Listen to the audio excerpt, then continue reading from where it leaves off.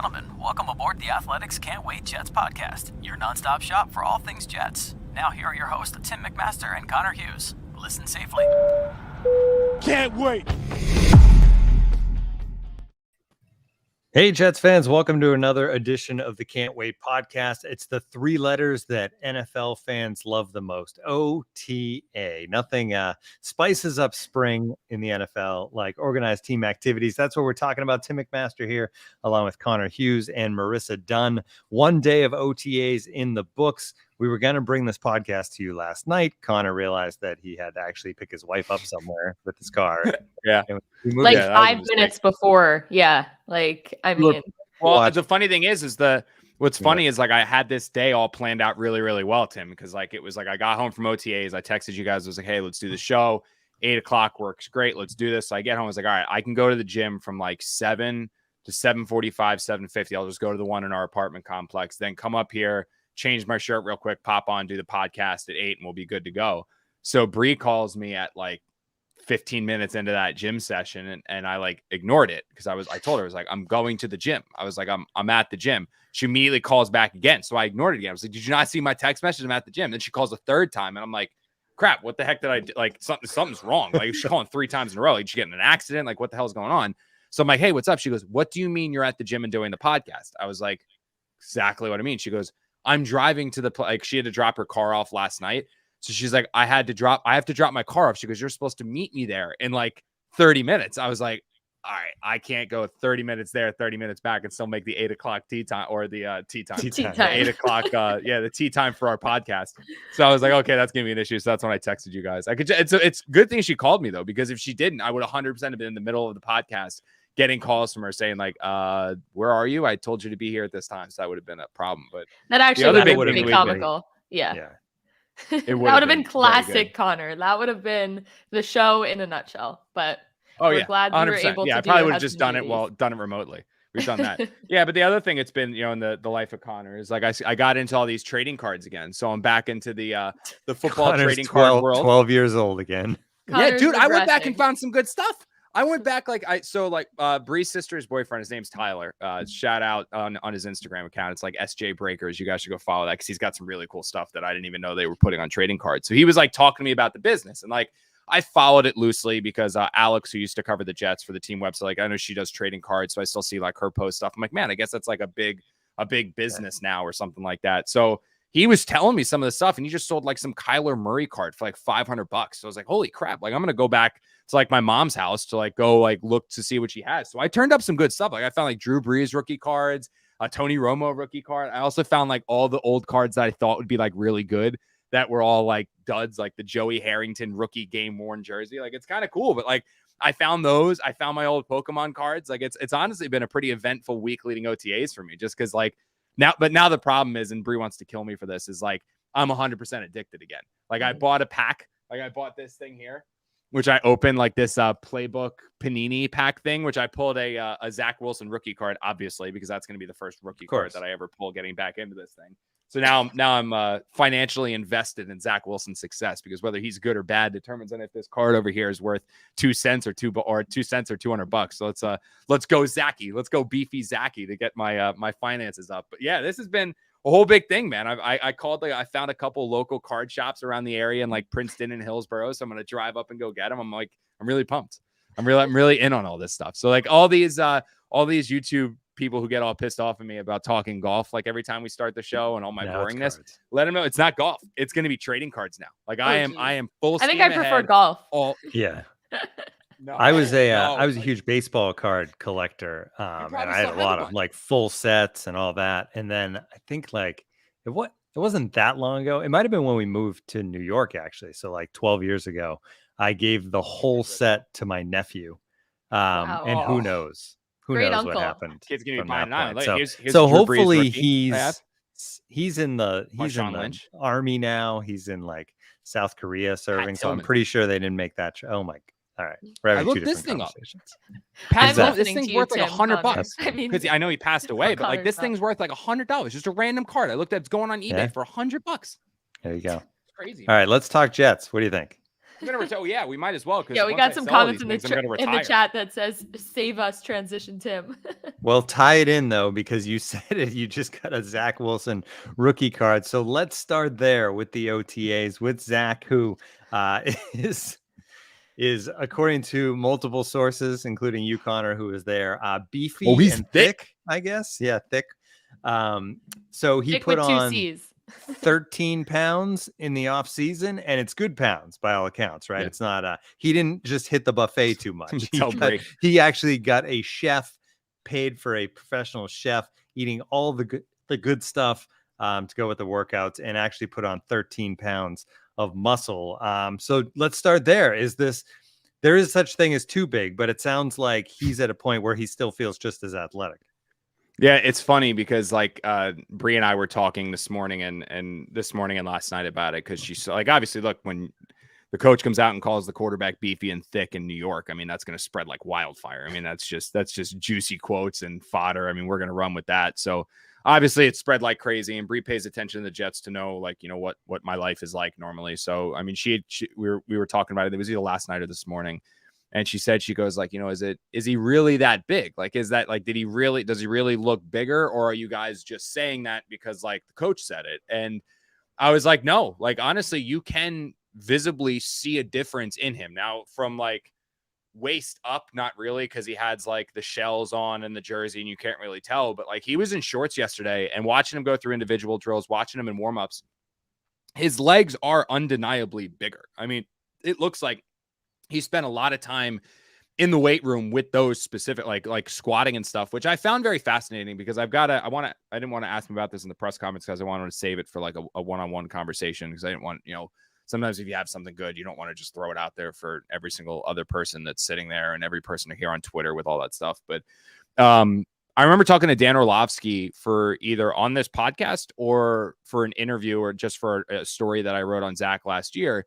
And the one thing that Dan said was that he would be fascinated to see, and he believes that Zack should spend a lot more time on his lower body with his legs and squatting, because he thought it would improve his accuracy, it would improve his torque, it would improve a lot of stuff. And I was like, I wouldn't think squatting and stuff like that would be. He goes, no. He goes, that's a big thing. He goes, like, for a lot of those guys coming out of college, they don't spend that much time on squatting.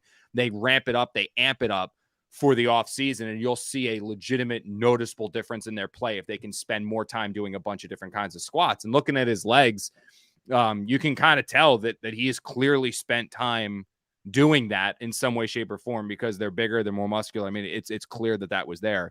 And then you also see in his face is absolutely more filled out than it was. So he said that right now, like you said, he's 221, wants to play the season at 218. It's generally pretty common for skill position players to report to camp, 2 or 3 pounds over what they want their playing weight to be, just because once training camp starts, that weight's going to shed off. You're running around 2.5 hours a day plus lifting in August heat. You're going to lose some weight. I mean, it's going to fall off. So they want to be a little bit heavier to then lose the weight and get down to their playing weight, as opposed to being at your playing weight and then going down to below your playing weight. So he definitely looks bigger.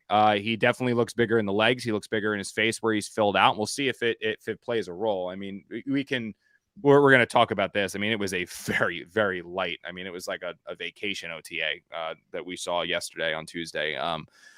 But I would say that, Zack looked a little more decisive. He looked a little more comfortable, which should be understandable because he has a better understanding of the offense. So, he was more precise in what he wanted to do and seemed like he was making it through his reads quicker. But in terms of overall observations, if you want a big one off the quarterback, I think the one that you could really glean from it was that he is bigger. I mean, there is no denying that he has put on weight. Beefy, thick, whatever you want to call it. You want to use 2 C's, 3 C's, or a K. It really doesn't matter. I mean, the guy is definitely bigger. Yeah, you can see it. You can see it in the legs. You can see it in his face, and we'll see if that plays a role come week 1. For the record, if I suddenly came into a bunch of money and was rich, one of the first things I would do is get a personal chef. I just think, hands down, me too. Me too.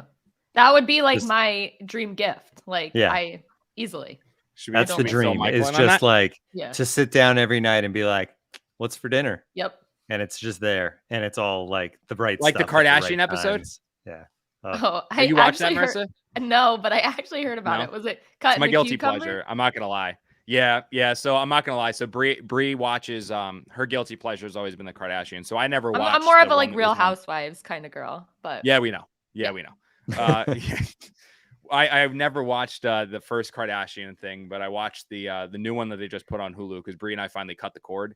So we're doing the whole streaming thing. So we have Hulu Live TV, which comes with the Kardashian thing. So she was watching it. I kind of sat down, and it has become my guilty pleasure. Like it has encompassed and taken over my life of watching the Kardashians. And I saw that episode where like the one who's not the one that I think it's Kylie, the younger right? of the two that doesn't have all the babies. Kendall. What's the one with all the babies? Kendall? Kylie. Not her. It's the other. No, one. It's the one that's dating Devin Booker, right? Kendall. I think she's dating and was dating Ben Simmons. The one who was dating Ben Simmons and Booker. She comes into like the kitchen and is like, I'm just gonna have a snack. And the mom is just like, oh, you want me to get the chef? Chef, come make her a snack. And I'm sitting there, I'm like, so there's a guy just waiting on her beck and call for whenever she wants anything. She just walks into that kitchen and says like, make me blank. Or in this situation, to just come and cut a cucumber. Now, it was absolutely painful watching her try to cut a cucumber. I mean, there was so much privilege in that like situation that it made my head want to explode. But just the idea of having a chef that you can just be like, hey, come cook, it is the best. And Zach said like he doesn't have a chef where he or she is making him like all these exotic things. Like he just wants basic, planned out. It has all the like basically do the math for him. Like make sure the macros are all right and make it quick and easy to grab and take out of the fridge and eat. So it was kind of cool. I mean, that would definitely be the first thing I would buy as well. I would like that. Although I will admit, Brienne is an incredible chef, so I don't want to diss or anything like that. But I know that sometimes her cooking for me every day doesn't make her happy. So I think I want a chef for me and for her. There you go. So Zack Wilson beefed up. On the other side of things, Quentin Williams was the other guy who talked about just body and everything, and he's slimmed down, I guess, body fat wise, to be a little more nimble, right? Yeah, I mean, look, it's actually funny. Like he said, I want to get bigger, faster, stronger was his line. And I saw somebody tweet it out. One of the Jet fans that I've been following since I started covering this team in like 2014. I don't know if it was Don Drew or somebody else. I know somebody tweeted it out because I saw it come up on my timeline, and it was one of my tweets that was screenshotted. And I was like, oh no, what is this? And instead it was just screen grabs from Quentin Williams talking this month every single year for the last 3 years. And he had 2 bigger, faster, strongers. One was be a better person. Like it was like everything that he said to yesterday that was like, oh, this is like tweet worthy and sent out. He literally said it last year and he said it the year before. And, you know, the real takeaway that I had from Quentin was him, you know, saying, oh, you know, money's not really on my mind. The contract will take care of itself. I'm not really thinking about that, for why he wasn't one of the many players drafted in 2019 that was slamming their hands down, screaming and yelling about pay me, pay me, pay me. Quentin just kind of went around his business. I mean, we didn't hear a boo from him all off season, not off of what Joe Douglas said, not off of what his agent Nicole Lynn said, not off of what Quentin himself said. I mean, there was just no verbal altercations, no anger, no anything, no contract, no vocal public contract demands from Quentin, other than it's going to take care of itself. Now, what I will say about Quentin Williams is that this is a massive, massive season for him. Because not only is it year 4 of his NFL career, not only is it year 3 or year 2, I'm sorry, of his tenure with Robert Saleh, not only have the Jets now surrounded him with talent where he no longer has to do it all himself. And it's kind of hard to imagine Quentin Williams seeing double team when you got Carl Lawson and Jermaine Johnson and Shaw, all these guys across the defensive line that are going to be coming at all different angles. I mean, it's tough to say we want to double this guy when there's so many different players that you need to worry about and this rotation coming through. But I would say to this point in Quentin Williams' career, it's tough to classify him as anything other than a good football player. You know, I mean, and that's not a bad thing. He's a good player. He can play the run well. He can rush the passer well. He can disrupt the quarterback well. He can get some sacks. But when the Jets drafted him 3rd overall in 2019, when Mike McCagnon selected him 3rd overall in 2019 over Josh Allen, the pass rusher, not the quarterback, although, you know, McCagnon also did pick somebody over both Josh Allen. So you know, that technically is a factual statement either way. But when he took Quentin Williams, the defensive tackle, over Josh Allen, the outside linebacker pass rusher in 2019, he did so believing that Quentin Williams was, 1, the best player on his board, but 2, also the type of interior force that would develop into a Chris Jones-like player or an Aaron Donald-like player or a J.J. Watt-like player. Like, they looked at Quentin Williams in Alabama and saw that kind of forceful nature. And I remember seeing Quentin come out. I'm like, well, he's not the biggest dude. And I was like, yeah, I'm sure he's talented, but like my whole argument, and there are 2-3 columns that I wrote during that year, was that Quentin Williams might technically be the better player than Josh Allen. But in my opinion, Josh Allen would have been better for the Jets defense, because at that time, the Jets had Leonard Williams, they had Steve McClendon, they had Henry Anderson as their 3-down lineman in a 34 defensive scheme. You put Josh Allen in there, and yeah, maybe Josh Allen's not the same player as Quentin Williams, but Josh Allen was a pass rushing outside threat, which the Jets didn't have. So he completed their defense with giving them something they didn't already have, compared to Quentin Williams was giving them more of a good thing, because they already had Henry Anderson, they already had Leonard Williams, they already had Steve McClendon, and now you had Quentin Williams as well. If Quentin Williams developed into this force where he was just a dominant player inside, getting 10 sacks a year, so many quarterback hits, and just being the Pro Bowl All-Pro type player, well, you know what? You could have written it off as, I was wrong, you can go with it. But right now, we've just seen a player that has at times played great games, at times flashed great potential. But when you look at the totality of his NFL career from year 1 to year 2 to year 3, it's hard to classify him as anything other than just good. And that's not bad. But when you draft a guy 3rd overall, and when you have a guy who, when contract talks come, he's going to be expecting 18, 19, 20 plus $1 million a year, you don't want good. You don't want flashes of excellence. You want a great football player. You want a game-changing football player. You want a player that is going to disrupt and change games, that the Jets will win games because you look at it and say, wow, they won that game because look at what Quentin Williams did. That kind of guy, 3rd and 8, Quentin Williams is on the field, and you're saying, holy cow, this guy's gonna be the reason why this team punts, doesn't pick up the first down. Like, you want to see that. We haven't seen it consistently year 1, year 2, year 3. When we had Robert Sala on the podcast last episode, he mentioned Quentin Williams as a potential game changer playmaker that the Jets are expecting big things from this year. You can expect big things. You can hope for good things. Now it's on Quentin Williams to develop those good things, because the same things he said yesterday that sounded so good, credit to, I believe it was Don Drew who pointed it out, they were the same things that he said in 2021. They were the same things that he said in 2020. They were the same things that he said in 2019. Eventually, it's on the player to deliver. Doesn't matter injuries, doesn't matter years, doesn't matter new scheme. Go out there and perform like the player you expect this player to be. And right now, Quentin Williams hasn't really done that, other than being a good football player, a quality football player. He's not a bust, but the Jets want a dominant Pro Bowler, and we got to see that from Quentin Williams this year. And that's probably why he hasn't griped about contract or any of that, because like it's in his best interest to have that breakout season first and then complain about your contract. So I'm sure if this year's big, obviously the Jets will be right there to pick up the year and all of that. But it makes a lot of sense. All right, you kind of referenced it.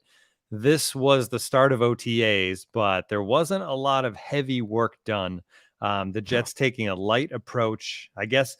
The idea is to crank it up very, very slowly in the hopes of staying healthy. I mean, there's a lot of different philosophies on what keeps guys from getting injured. But Connor, just talk a little bit about just how light this OTA was on Tuesday. So my first event that I ever covered, my first NFL event that I ever covered was the NFL draft in 2014 for the Giants, the one where Odell Beckham was drafted. I was in college. I was covering high school sports for the Star Ledger, and I really wanted to get pro clips because in my mind, it was going to be hard.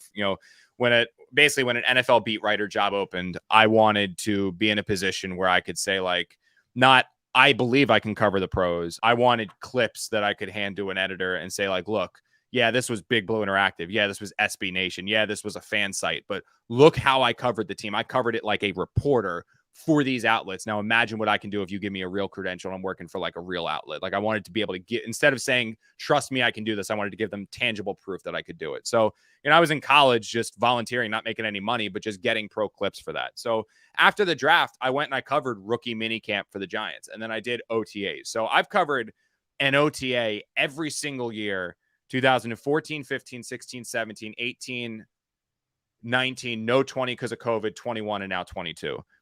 All of them always look exactly the same. It's basically training camp without pads that includes a lot of two-hand touch and the linemen kind of engage with each other. Then they let go and they move on. This is the first OTA I've ever seen that was as light as ever. Like Costello and I were joking about it in the media room, and I wrote this in the report yesterday. Senior year gym class in June is more intense than this OTA. Hey, that the it's Jets field put day together. season. Don't talk about senior year gym class, but when you're senior year, like... you don't do shit. No, you're in June. No, yes, there's field days. I give you field days, and I also I exclude freshman, sophomore, junior gym classes because I know when I was at Seneca, freshman we would play like the pickleball, I think it was called, where it was like it was like a combination of like football and soccer. Like you threw it down and then you had to bounce it into the. That's definitely not pickleball, but we know. Okay, well, it was speedball, maybe I think is what we called it. I don't know. You had like a dodgeball, and then you would like be able to throw it down the court like a basketball court, like football, and then you had 3 goalies and you had to bounce it on the floor and then hit the mat in the back, and that would be a goal. So it was like a combination of like football, baseball, soccer. It was really freaking fun, and the freshmen would scrimmage or play against the sophomores, and the sophomores would go against the juniors. And sometimes in our situation, we got really cocky and had the freshmen go against the juniors, got our asses kicked. But we were like, let's go out. Like, those days were intense. Like you were like, gym class was like, like, let's go. Like, let's play basketball. Let's play football. Like it was intense and fun. Not so much senior year. Senior year is when you have like the girls who are no longer doing anything because they've canceled out. The guys who are no longer doing anything because they cancel. I'm looping everyone in on this. Like, I just started with girls. You know, I was a gym class hero. Okay, so I can so see that. That does not surprise me in the slightest. Hey, but my mom is an elementary school gym teacher. Okay, she's about to retire after 38 years. Cultured right now. I was born and bred to be like a gym class hero. my Pokemon cards better pay off because Marissa was just trying to get me cancel cultured by mentioning girls not trying first and before I got to the boys not trying. I know that's good. Somebody's gonna cut that. Girls not trying in gym class. Cut out before I say boys. And boy, boom, Connor gets cancel cultured. But no, I think it's like the boys and girls not trying senior year, and men and women. So I can really cancel out anyone that wants to come for my throat. All of these people not trying senior year because you're all like, look, it's junior. You've already picked your college. You're already done. Like there's just no intensity. We've already spent too much time on this. That's basically what it was like at OTAs for the Jets. I mean, it was like it was the typical walk stretch that they begin. Then it went to individuals. Then it went to 7-on-7s that started with 5 reps for the first team, 3 reps for the second team, 2 reps for the third team. Ran a play 7-on-7s, did some field goal drills, came back together for more 7-on-7s, no 11-on-11 drills. Robert Saleh told us it was going to be like this the last time we spoke to him, which was rookie minicamp, I believe. So he prefaced with like, hey, we're going to dial it back because in his opinion, there's only so many miles that you can put on the tires of players before the car starts to break down. So if you burn them into the ground or you really go hard in OTAs, mini camp and the beginning portion of training camp, by week 15, 16, 17, 18, 19, all that stuff and into the playoffs, they're going to be more tired and then we're going to be dialed back. So they took like, okay, let's go real easy in OTAs this week. I think it's probably going to be the same, maybe just slightly ramped up next week and the week after going into mini camp, but take it really easy. And then that'll lead to our guys being fresher to start and our guys being better off when the regular season begins. I'll say a statement that is very dangerous to say. More so than mentioning the girls not working to begin gym class before mentioning boys. I've covered a lot of OTAs. I have never seen it done this way.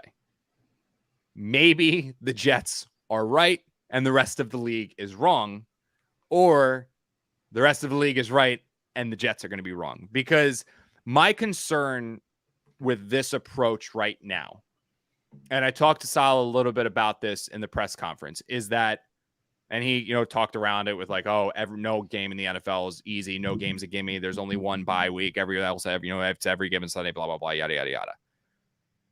The beginning stretch of the Jets schedule is absolutely brutal.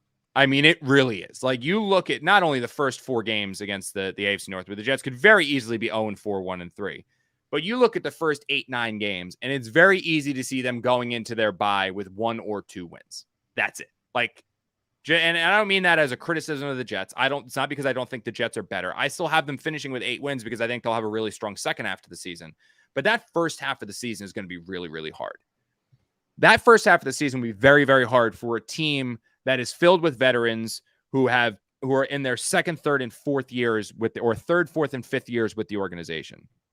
The Jets have so many new pieces on offense, and they have so many new pieces on defense, and they are so young as a cumulative roster that when you loop in the fact that the new CBA has eliminated a chunk of the offseason program and also eliminated a chunk of what you can do in training camp, it's going to be hard for even the most established veteran teams to be firing on all cylinders week one. You then loop in the number of new players the Jets have on both sides of the ball and the youth that's on this roster in totality, and it's going to be double as hard for the Jets to build that chemistry to be ready to fire on all cylinders week one. You then load in the fact that their first half of their schedule, the first few months of the season are so brutal for this team that it's almost like you need to find a way to make up ground now so that when week one starts, you're further along than you should be. When I was watching OTA yesterday, knowing that that's what it was the day before and what it's going to be today, that worries me because I don't see how you're really making any progress if that's how light you're going to be in OTAs. And OTAs for the Jets are more important and more pivotal than some other teams because of all their new faces and new players that they need to make up some ground. So if you're taking it so easy and light to try to risk and avoid, so easy and light to avoid injuries, and then maybe taking an easier, lighter, like last year's training camp was far less intense than Todd Bowles's and far less intense than Adam Gase's. Like those two training camps, and even Tom Coughlin's the year before, but that's a different breed entirely. But like those two training camps or two coaches who ran training camps, they were intense. Salah's was laid back. I mean, it was very, very laid back. If it's going to be even more laid back to try to avoid injuries, I would just be worried about what condition the Jets are going to be in when the season starts because of the ground that they need to make up with all the new players. And look, maybe I'm wrong. Like that's happened before. It's ask Bree. She'll tell you I'm wrong very, very often. Like, you know what I mean? But this is one of those situations where I'm looking at it. It doesn't make sense to me considering all of the other OTAs and things that I've covered. It doesn't make sense to me considering the other way the teams are run. However, it's one of those things where you just have to kind of hang your hat on. Maybe the Jets are right and everyone else is wrong. And if they are right and everyone else is wrong, awesome. It means they're kind of changing the way this is done. They're going to continue. They're going to be a healthier team because they took it easy now, and maybe it's going to be right and rolling. Or it can be wrong, and we're going to see the Jets not be as prepared as they should be and not have the chemistry that they should, or the injuries could still pop up because injuries are random and there's nothing you can do to prevent them in a contact sport. We'll see. But I will say that it was just watching the stretch, watching the one-on-ones, watching the 7-on-7s, then having practice end the way that it did. It was like, I remember turning to the other reporters and saying that OTAs were always some of my favorite things to cover or favorite events to cover because you always came away with like a notebook full of observations off of the rookies, off of the free agent signings, off of the second-year players, off of the third-year players. I remember like Safarian Jenkins looking thinner and really just dominating, and Hackenberg looking this way, and this player standing out this. Like there was always like intense because again, it was like the first training camp-esque practice because you had this and that and ramped up and guys doing this and guys doing that and shots taken and all that. I mean, it was fun because you were watching, it was two-hand touch, but you were watching something that resembled football again with players that so many people were interested in. My notebook I left at the facility, but I had like half of a page of notes looking for notes because there was just like nothing to write down. Like there was a couple things which we'll talk about with Sauce Gardner and DJ Reed. There was like, oh, like these two guys matched up once and Zack Wilson made this one nice throw, but it was so brief and so unintense and so laid back that I'll admit, like it did worry me some. Now, will those worries be eased when the regular season begins and the Jets are uninjured and they still have all the chemistry I didn't think they were going to have and they start it better than what we expected and maybe win 2 of their first 3 or 2 of their first 4? They have 3 or 4 wins come the bye week. Yeah, then I'll sit here and be like, you know what? Salah, LaFleur, Douglas, all those guys, A+ effort, perfect technique. You had this theory and it worked out in practice, right? But I'm just a little like, again, it's one of those things where I'm a little critical of it now just because I've never seen it before. And because I've never seen it before, you got to hang your hat on, well, you know what? Maybe the Jets are right. Everyone else is wrong. The problem is that when you make that statement, generally it doesn't bode well for the Jets, at least in recent history. Well, it's not the first time recently that they've gone against the grain, right? Just at the combine, we were having a conversation about the fact that Robert Saleh didn't make the trip to Indy. Some of the coaches got there later in the week, and how those were the ones other teams had commented about that. And now they're going against the grain here. Now the draft seemed to turn out I heard well. The comments. I told you guys, like I heard the comments from several other teams, like executives on several other teams that I talked to, and even just walking the lobby and just seeing agents or seeing another guy that I knew who used to cover for the Jets who would be there, like, and just having them come up to me like, oh, what, your boys don't think they should be here?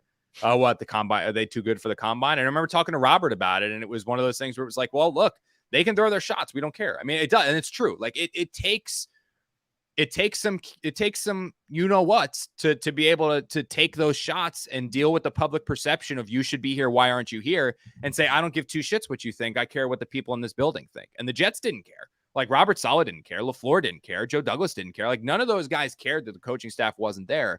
But again, it's one of those things where you better be right.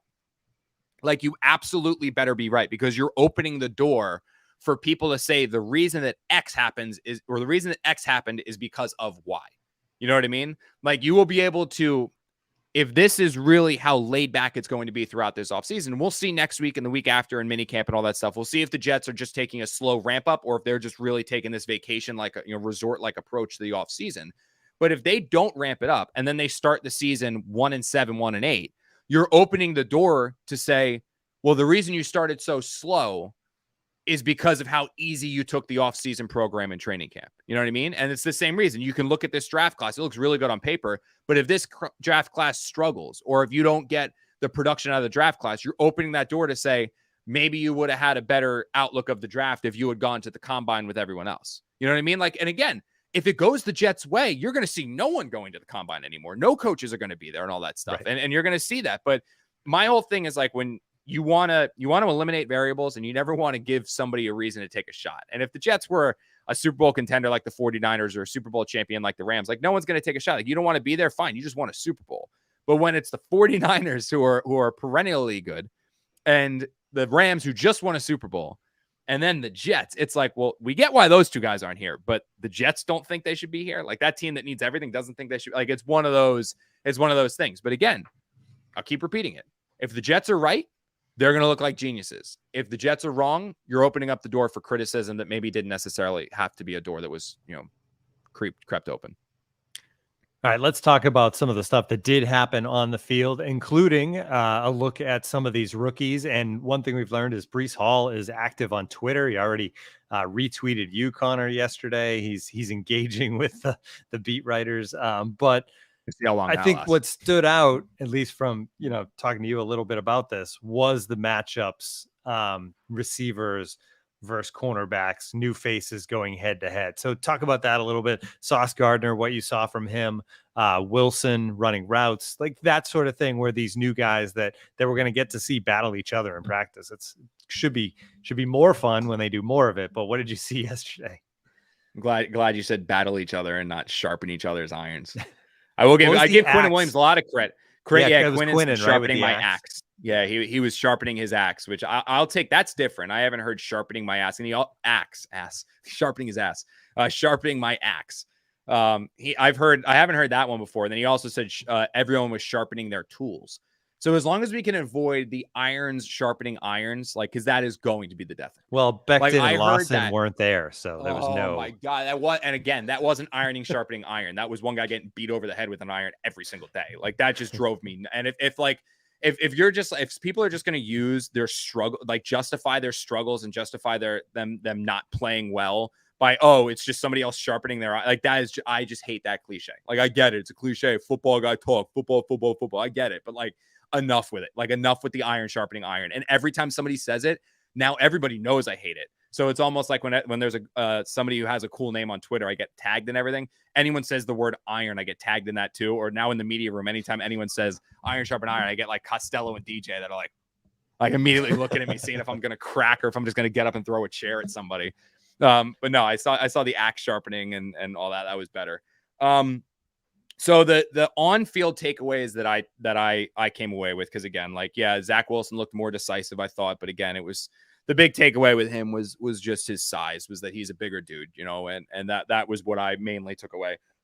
because again, everything was so short and light that it was tough to really Gardner or anything else. I mean, there was no 11 on 11. So, 7-on-7 drills. If your first read isn't open, you just run around for another 3 seconds and then somebody else gets open. You know what I mean? But I would say the two players that stood out to me were the two corners, Sauce Gardner and DJ Reed. Those were the two guys that to me made me go, oh, I paid attention to him. Sauce, the Jets starting secondary was Pinnock and Whitehead, because I think Joyner's still working back from injury. So you had Pinnock and Whitehead. Then you had Bryce Hall and DJ Reed with Michael Carter as the nickel corner. It's not going to be long before Bryce Hall is benched for Sauce Gardner. I wouldn't be surprised if Gardner starts getting more first team reps next week. It wouldn't surprise me if he's the full-time starter by minicamp, because the first like 2 plays of practice, Zack Wilson just went to Corey Davis and Corey Davis beat Bryce Hall.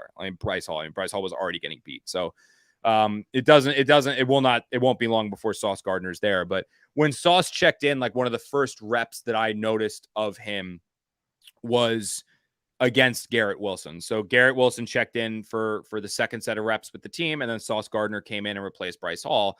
And the main notable thing is that Sauce is a big dude. Like that, I did not know about him. I mean, I wrote down his height 100 times, but I guess I never really knew what a 6'3" cornerback looked like.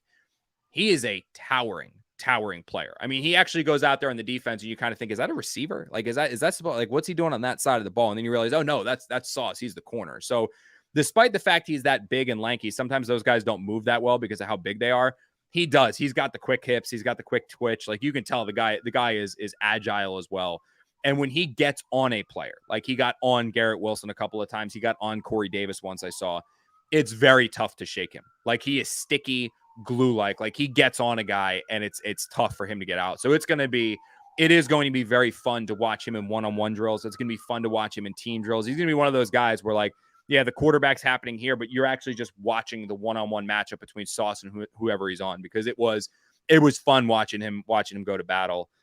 The other guy that really stood out was DJ Reed. So the play of practice happened in a 7-on-7 drill. Now in a game, it never would have happened because, I mean, look, I'm going to be honest. Like Zack would have been sacked. Like, so his first read was left to Elijah Moore, and DJ Reed just completely took Elijah Moore out of the play. Like it was like just great coverage from DJ Reed. So Zack then had to go to another read, and then he rolled out right. So at that time, we're at 5 seconds, like he's going to be down. But as he rolled out right, then he located Michael Carter running deep down the middle of the field, threw a perfect touch pass, and Carter made this really nice fingertip grab for a long gain. Might have been a touchdown. We were in one end zone. This was the other one, so it was tough to tell, but probably would have been a touchdown. So that was a really nice touch pass, really even better catch by Michael Carter. So I came away impressed with that play, but more so the DJ Reed shut out Elijah Moore in the other play, which is what forced Zack Wilson to go elsewhere. The other play was another DJ Reed one, which was when Zack Wilson tried to go to Elijah Moore on an out route, and it was like a 5 or 6 yard out. Elijah Moore ran it perfect. Zack Wilson threw the perfect ball, hit Elijah Moore right in the hands. But as the ball hit his hands, DJ Reed came from behind and punched the ball out, and the ball immediately went to the sideline, and Reed started celebrating. You could tell that intensity and that passion that he plays the game with. So he and Sauce were the two guys that really stood out. And those two plays from DJ Reed stood out to me. Sauce just sticking on receivers was one stood out to me. So those two guys are going to be fun to watch in training camp. And it is very, very clear how remarkably improved the Jets cornerback situation is. I mean, there is no comparing Isaiah Dunn and DJ Reed. There's no comparing Bryce Hall, Isaiah Dunn, and Brandon Echols to DJ Reed, Sauce Gardner, to DJ Reed and Sauce Gardner. I mean, there is that's where these two guys are, and that's where these guys are. I mean, I think you have upper end number 2, in Sauce's case, a number 1 corner potential with those two guys. And with Echols, Hall, and Dunn, you probably had like low end number 2, number 3 guys. I mean, there is a remarkable difference between the two in talent, and you saw it immediately on the first media open OTA. Anything else of note from day one before we wrap things up? I'm going to be very curious to see when the rookies start taking reps from the guys who are currently the starters. That's going to be something that I'm very interested to see, because right now, and last year was different because Jamison Crowder was out, Denzel was dealing with his salmon. Like there was all that stuff. So Elijah Moore was working with the first team. Zack obviously was getting every single first team rep. This was where you saw a more traditional approach where like I said, Sauce Gardner's with the 2s, Garrett Wilson's with the 2s, Breece Hall's with the 3s. Like you had that kind of a situation. I'm curious to see where those guys move up.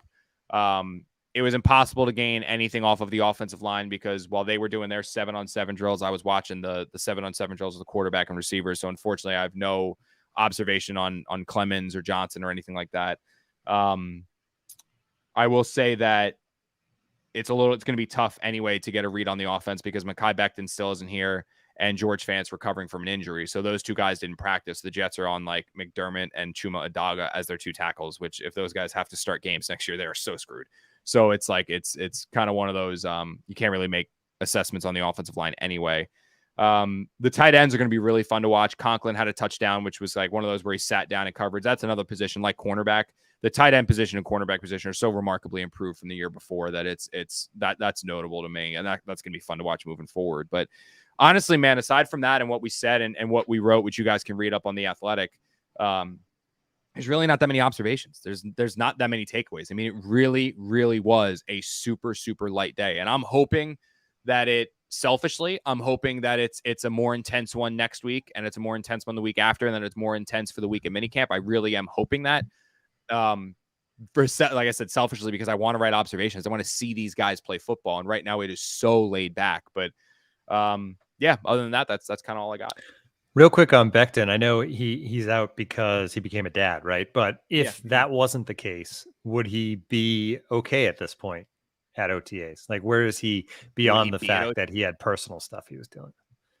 Like, would he be at OTAs if he didn't have the kid?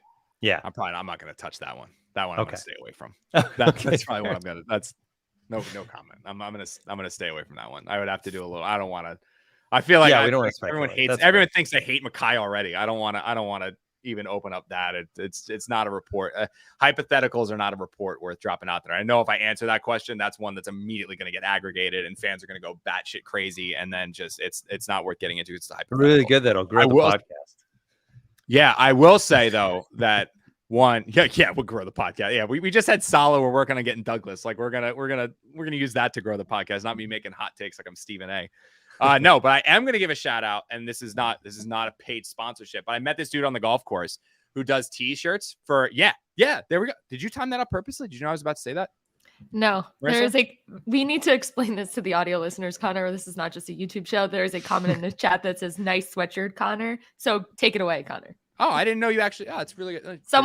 Nikhil just said, coincidentally, as you were about to talk about that, nice sweatshirt, Connor. So explain your sweatshirt.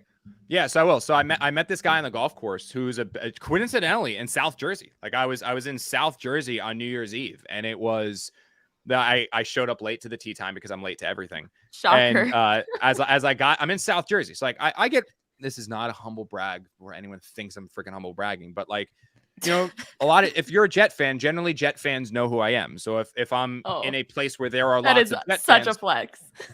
It's not a flex. It's Jet. I don't not know nationally. I know my Jet people because I've covered the Jets. And if you're a Jet fan, you're active on social media, you know who I am. Like it's one of those things. So I get recognized if I'm around a lot of area where there are a lot of Jet people. Like if I go into New York, if I'm in North Jersey, things like that. And there's a Jet fan there. Usually he'll come and say hi and stuff like that. And it's awesome. Like I'm so humbled by it. It's the coolest thing in the world. It's a pinch myself moment. It never gets normal. It never gets not cool. Like until the person asks for a picture and we take a picture and then he flips the camera around and goes, "You suck, Hughes." Like that's the one that I'm definitely not looking forward to because I know that's coming. It's been so many good interactions that the bad interaction I know is right around the corner. But that I don't expect it, but it's more normal in North Jersey or Jet fan areas, not in South Jersey where it's all Eagle country.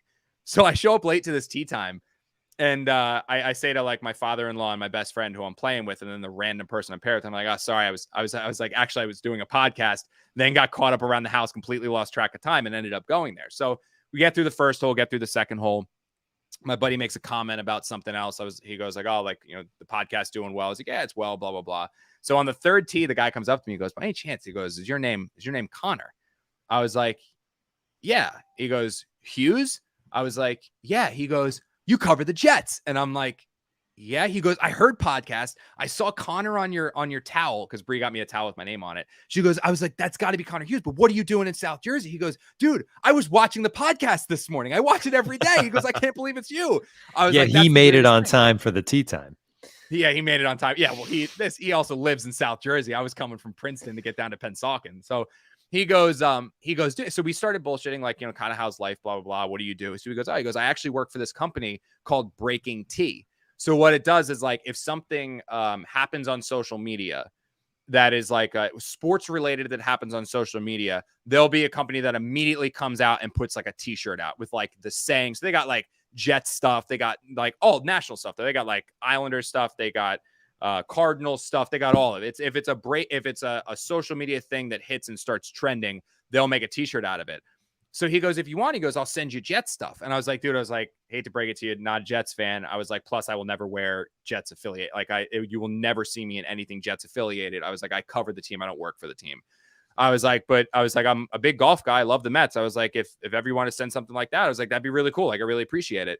So he sent me a bunch of golf stuff, which I've worn before, some cool stuff. And then the other day, I get this in the mail, which is like literally the coolest sweatshirt I've ever had, because I love the Mets. Like, this is awesome. So it's flush. It's like a Subway thing. And it's the the mirrored camera screwed me up. LFGM for Let's Effing Go Mets. And then the flushing. It's the coolest thing. So I didn't know it was coming. It just showed up. I said to Brie, I was like, we got a package. I was like, I just got an email. UPS delivered a package. I was like, what the hell is this? Open it up, and it's got like, you know, Breaking Tea. Hope you like it, Connor. And I was like, oh my, this is like the coolest thing. So I'm packing it already. We're going down to the short. We're going down to Wildwood for Memorial Day weekend. If you guys are going to be down there, if any listeners are going to be down there, I'll be out at, you know, the Inlet and Anglesey. So come say hi, you know, increase the South Jersey Jets following going. It'll be really cool, but I'll be rocking this thing because I absolutely love this. I mean, I basically had to wash it for the first time because I'm wearing it every day. Like, I think the thing's the coolest thing in the world. Good. Stand up again. The colors are off. Well, I guess they're Mets colors, right? It's just blue and orange. Yeah, but the you damn New Yorker. The G should be green. Yes, I'm well aware. So I'm not a New Yorker, you ass. Yes, but this was another thing that somebody tweeted that to me. He could barely get the letters right, Tim. The L should be gray. The G should be green. There's mirrored. Yes, the colors. But I get it. I'm well aware that it's wrong. They did a blue and orange for the Mets. I understand. No, I mean, obviously, Yankees. Somebody tweeted that to me though, Tim. Like somebody. And the F is orange, so they got that. So that's cool. Yeah, I like that they did the colors. Is that two of them are right? Yeah, it's orange. I mean, you got to make Yankees it known fan, so I don't like that aspect of it, but I like that they did the orange and blue. I think it's cool. I mean, I love it. Like I said, it's one of the coolest sweatshirts I have. I love this because I'm not a big, like, I'm not a jersey guy. Like I was when I was a kid, but like, I don't like, even like the Mets, like I won't buy like a Scherzer jersey or a DeGrom. Like I don't like wearing somebody else's name on my back. I just want like the logo. Like give me like the Mets, like I wanted a shirt that just had the Mets logo on it or just said Mets. And I had to go to like one of those like Amazon stores that like shipped it from overseas just to get a Mets shirt that just said, they didn't have like a name on the back or some weird logo or whatever. He's like, I just want Mets. So when this thing came, I was like, this is so cool. Cause it's like, let's effing go Mets. I was like the Queens thing. I was like, it looks awesome. Fits great. It's comfortable. Like I loved it. So it's, I recommend it. Yeah. So it's Breaking Tea. I got to give those guys a little plug and thank them for sending it over. All right. That's going to do it. I think our ratio of Jets content to non-Jets content was probably not ideal for the listeners today. I just looked over. We still got 440 people watching though. Yeah. I mean, we got people that stayed through. Yeah. I'm not going to have pissed off Yankee fans now though, but hey, Breaking Tea. Right. I represent the Yankee fans. Okay. Yeah. Well, yeah, we have Yankee. That's I'll ask them to send you Yankee stuff. So yes, we got the Jeter documentary coming in a few months. And I think it'll be probably before training camp. So maybe it's a lull time where we can do like a recap of every episode. I'm just going to skip that episode. Yeah. Tim can miss that. Yeah. I'll just Why don't we do it? I'll get Tim. There's Boston stuff. I'll find a Boston one. I'll ask him to send you a Boston one and ask him to send you a Yankee one. And we'll just do a whole baseball day. Yeah. Do a baseball pod day. All right. That's going to do it. Thanks. Jeter shirts. Sorry. Thanks for listening to the podcast, watching on YouTube. Join us again. We'll be back in, I don't think we'll have an episode next week unless something crazy happens, but the week after that, you can join The Athletic, $1 a month for 6 months. Go to theathletic.com/can't wait. We'll talk to everybody again soon.